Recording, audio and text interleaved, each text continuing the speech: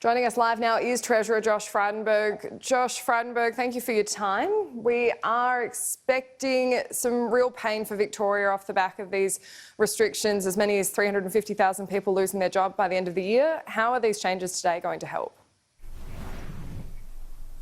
Well, as you say, these stage 4 restrictions are going to incur a very heavy economic toll as well as a very heavy emotional toll on Victorians. But ultimately, the best way to make progress on the health front and stem the tide of these new cases is to follow these rules. In terms of the changes that we've announced today to JobKeeper, it's an expansion of the program. It will enable hundreds of thousands of more Victorians to access the program. It's $15.6 billion of additional spending, around $13 billion of which will go through to Victoria.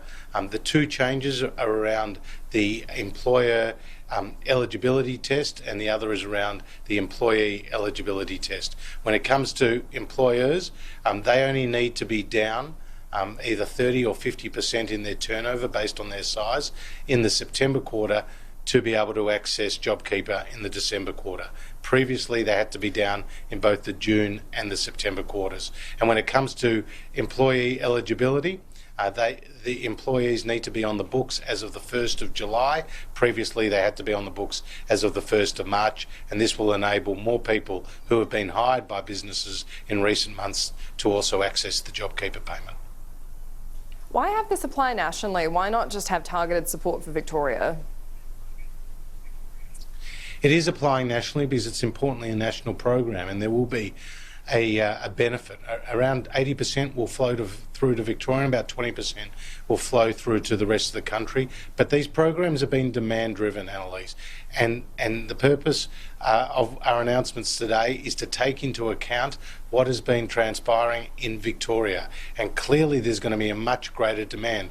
We're going to have 1.5 million Victorian workers on the JobKeeper program through the September quarter. That's nearly half of the private sector workforce in Victoria who are going to be supported by the federal government through JobKeeper. Shadow Treasurer Jim Chalmers says there's no point focusing on the height of the crisis without a comprehensive jobs plan to help Victorians out the other side of the crisis. Is he right? Look, the Labor Party continue to talk down the Australian economy. They don't provide any solutions. They're just knockers. Our focus has been on delivering for the Australian people through this crisis. The reality is our programs, JobKeeper, JobSeeker, the cash flow boost, the $750 payments to millions of Australian pensioners, the business incentives through the extension of the instant asset write-off, as well as the 50% accelerated depreciation allowance, are all designed to boost economic activity through a once-in-a-century pandemic. That's what our focus has been. Jim Chalmers can defend why he took to the election $387 billion of higher taxes and what that would have done to the Australian economy right now. What I will continue to talk about is the positive plan that we have put in place to support Australians through this crisis. We've also announced, Annelise, a very substantial skills package, $2 billion to support more than 340,000 new places for training and for skills development. We're also bringing forward more than $4 billion worth of infrastructure projects that are shovel-ready, designed to boost aggregate demand through the economy. As you know, we've pursued changes to the industrial relations system to develop more flexibility. Those changes that accompany JobKeeper are really important to those employers who are struggling at this time, around the duties, around the hours, around the location of their staff. And we want that to continue temporarily out to the end of March, and that's what we'll be introducing legislation to that effect. So our focus has absolutely always been on keeping people in a job and businesses in business. There are people who will be facing long-term unemployment, though. Why have you not decided to change the rate of JobSeeker?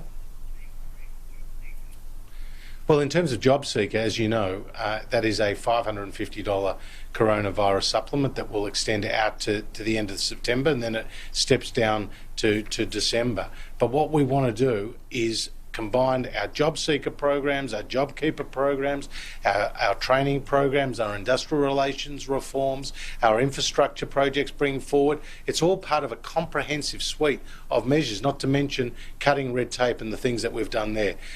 What we have seen right now is a series of challenges be created as a result of the restrictions that are in place, whether it's on childcare, whether it's on paid pandemic leave, whether it's on this JobKeeper announcement, whether it's the support we've been giving to business around supply chains and their assurances of supply chains in light of the restrictions that Victoria have put in place. All of that has been trying to solve for problems that have been created by this once-in-a-century pandemic. We're just getting on and doing.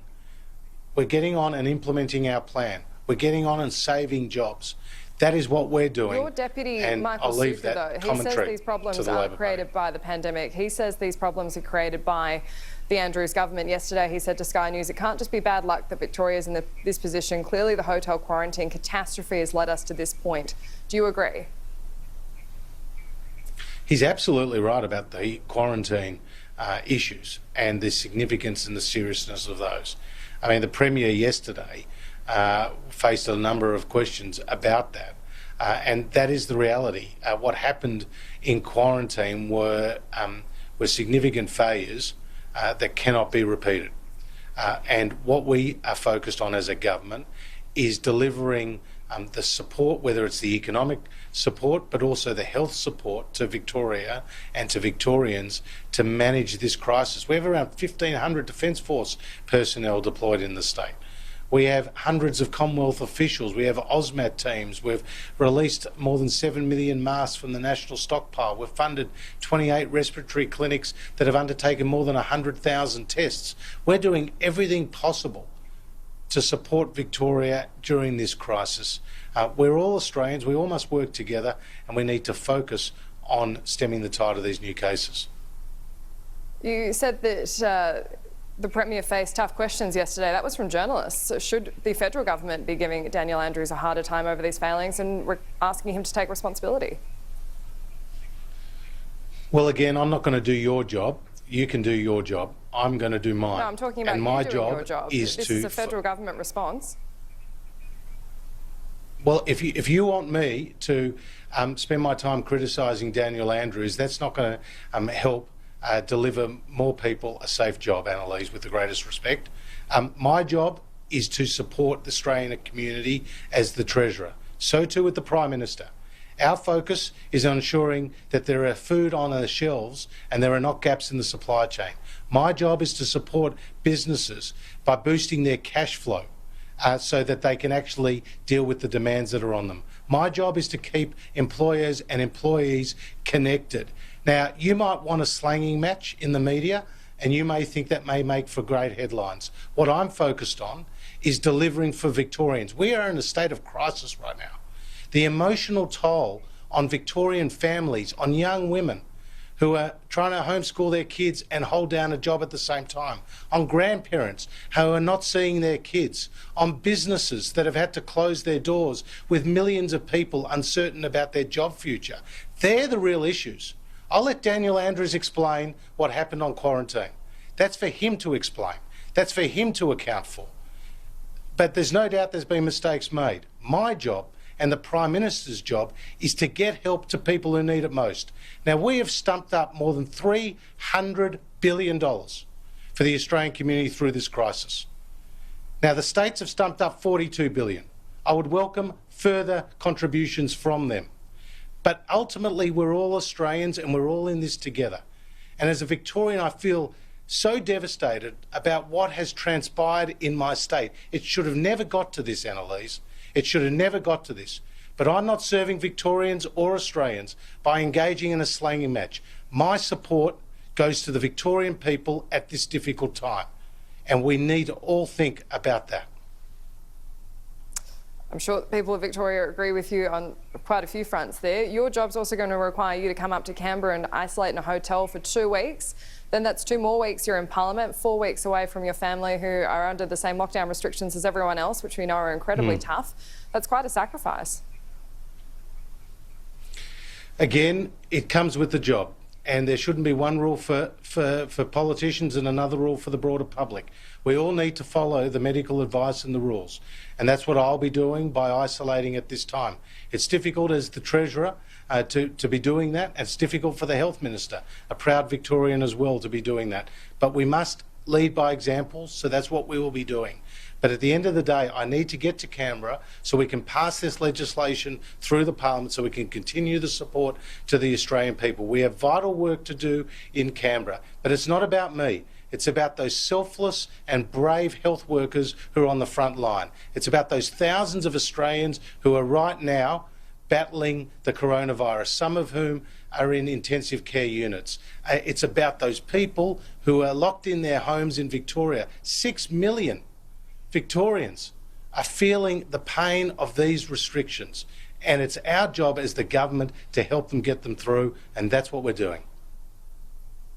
Treasurer Josh Frydenberg, thank you for your time. Good to be with you. National